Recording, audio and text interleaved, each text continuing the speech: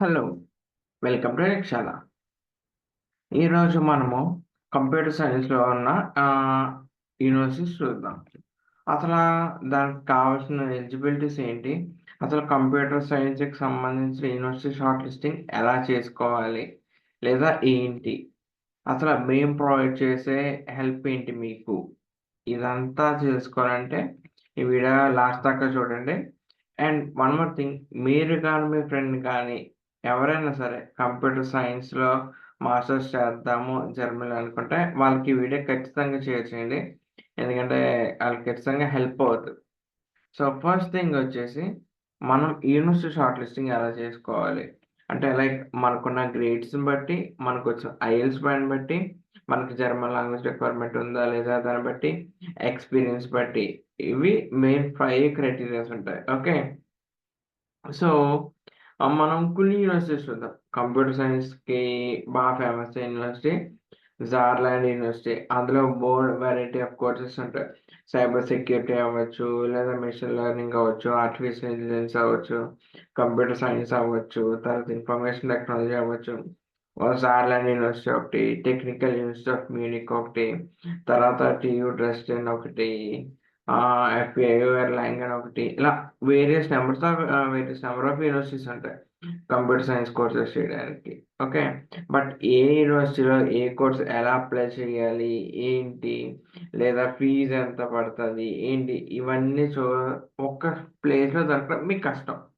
So, మేమేం చేసామంటే మొత్తం మీకు ఇవన్నీ ఆల్ డీటెయిల్స్ స్టార్ట్ డేట్ ఎప్పుడు? ఎండ్ డేట్ ఎప్పుడు? యూనివర్సిటీ లొకేషన్ ఒకటి.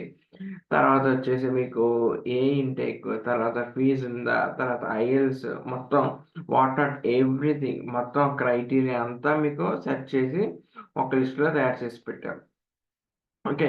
మీరు ఆ లిస్ట్ ఓపెన్ చేయాలి అనుకుంటే లైక్ మీకు స్క్రీన్ కింద right side bottom QRs code కనిపిస్తుంది కదా! దాన్ని స్కాన్ చేయండి. మీరు డైరెక్ట్‌గా దానికి రిడైరెక్ట్ అవుతారు. లేదంటే నెక్స్ట్ హోమ్ పేజ్‌కొచ్చి నెక్స్ట్ డాట్ కామ్‌లోనే కిందకి స్క్రోల్ చేస్తే మీకిక్కడ యూనివర్సిటీ యూనివర్సిటీ యాక్సెస్ షీట్ కనిపిస్తదిక్కడ. Readymade short listing. సో, దీన్ని క్లిక్ చేస్తే దీన్ని క్లిక్ చేస్తే అసల ఏంటి ప్రాసెస్ ఏంటి? ఎలా చేయాలి? ఏంటి అనేదొస్తది. ఫస్ట్ మన కోర్స్ కొనుక్కోవాలనుకుంటున్న కోర్సు అండ్ తర్వాత పేమెంట్ ప్రొసీడ్ చేసి, తర్వాత మనకి ఎక్సెల్ షీట్ ఒస్తది. అసలు ఎక్సెల్ షీట్ వచ్చాక కూడా ఎలా ఉంటది? ఏంటి అనేది ఈ వీడియోలో చూపిస్తాం. Okay. So, first short list click చేస్తే మనకి ఇక్కడ ఇదొస్తది. ఓకే. మనం కంప్యూటర్ సైన్స్ కోసం చేస్తున్నాం. అది ఇంజినీరింగ్ రిలేటెడ్ కాబట్టి మాస్టర్స్ ఇన్ ఇంజినీరింగ్ సెలెక్ట్ చేసి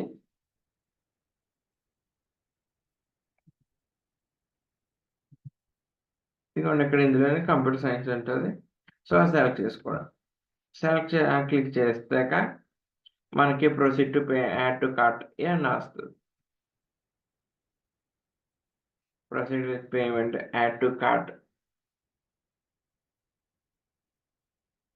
యాడ్ టు కార్ట్ అని వస్తది. చేసాక దీన్ని బై చేసుకోవాలి. ఓకే. వన్స్ బై చేసుకున్నాక మీకు మీ మెయిల్‌కి ఎక్సెల్ లింక్ వస్తది. లింక్ కాదు షీట్ వస్తది. అసలు ఆ షీట్ ఎలా ఉంటది? ఏంటి అనేది మీకొక రఫ్‌గా చూపిస్తాం. ఇప్పుడు చూపించేది ఒక డమ్మీ లిస్ట్ మాత్రమే. మీరు అదే నిజమని అనుకోవద్దు. ఓకే. సో, ఫస్ట్ థింగ్ ఇక్కడ మీరు చూడొచ్చు. University name. అంటే ఏ యూనివర్సిటీయో, తర్వాత దాని లొకేషన్ ఏంటి, కోర్స్ ఒకటి. అంటే కంప్యూటర్ సైన్స్ ఇంజినీరింగా, లేదా ఆర్టిఫిషియల్ ఇంటెలిజెన్సా, లేదా మెషిన్ లెర్నింగా, లేదా ఐటీయా ఏంటి? తర్వాత ఎన్ని సెమిస్టర్స్, నంబర్ ఆఫ్ సెమిస్టర్స్. తర్వాత ఇంటేక్. ఇంటేక్ అంటే వింటరా? లేదా సమ్మరోనా? లేదా సమ్మరా? ఆ!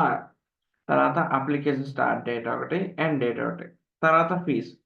ఇక్కడ ఫీజ్ నన్నని ఎందుకుంటదంటే, మేము మీకు ప్రొవైడ్ చేస్తున్న యూనివర్సిటీస్ మొత్తం అన్నీ మాక్సిమం పబ్లిక్ యూనివర్సిటీసే. సో, పబ్లిక్ యూనివర్సిటీస్‌లో ఫీజ్ ఉండదు మనకి. ఓకే. జస్ట్ మినిమల్ చార్జెస్ ఇవి ఉంటాయంటే అడ్మినిస్ట్రేషన్ ఫీజ్ అని ఇంత తక్కువ మినిమల్ ఫీజ్.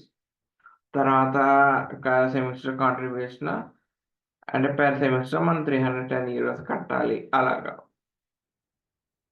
తర్వాత ఐఎల్టీఎస్ స్కోర్ ఎంత రావాలి, టోఫెల్ స్కోర్ ఎంత రావాలి, తర్వాత జర్మన్ లాంగ్వేజ్ ప్రొఫిషియన్సీ, జిఆర్ఈ కానీ, గేట్ కానీ, ఇవన్నీ వర్క్ ఎక్స్పీరియన్స్, అప్లికేషన్ దేని ద్వారా, యూనివర్సిటీస్ ద్వారానా, విపిడి ప్లస్ పోర్టలా, లేదా యూనివర్సిటీ పోర్టలా, లేదా ఏంటి ఓన్లీ త్రూ పోస్టా, అది ఇవన్నీ మెన్షన్ చేసి ఉంటాయి. తర్వాత వెబ్సైట్ లింక్ ఒకటి, డాక్యుమెంట్స్ రిక్వైర్డ్.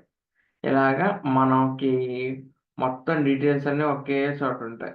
సో మొత్తం ఇదంతా చూసాక మొత్తం అంతానే సో మీకైతే ఖచ్చితంగా ఎవరైతే యూనివర్సిటీ షార్ట్ లిస్టింగ్ చేసుకోవడానికి ఇబ్బంది పడుతున్నారో, ఏ షార్ట్ లిస్ట్ చేసుకోవాలో తెలియట్లేదో, సో ఏవి మంచి యూనివర్సిటీ, దీనికి తోడు మేమేంటంటే మంచి మంచి మంచి యూనివర్సిటీస్ అన్నీ మీకు యాడ్ చేస్తూ ఉంటాం.